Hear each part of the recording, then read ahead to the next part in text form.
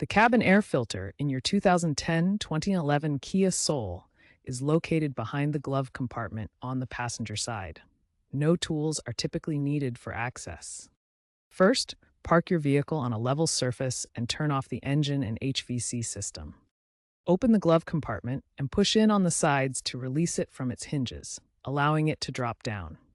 You'll see a plastic filter housing secured by clips or screws.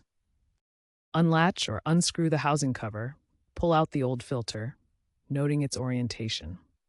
The airflow direction is usually indicated by arrows pointing toward the cabin.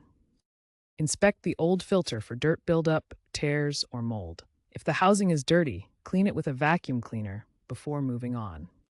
With the old filter removed, insert the new filter into the housing, ensuring the arrows face the correct direction, typically toward the cabin, indicating the intake direction. Secure the housing cover back in place and reattach the glove box by pushing it back into its hinged position. Start your vehicle, turn on the HVAC system, and verify that air flows normally without any unusual leaks or noises.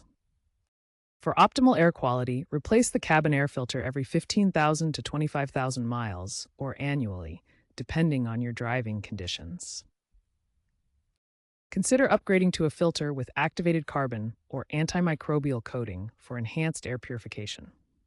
Dispose of the old filter responsibly and enjoy the improved air quality in your Kia Soul.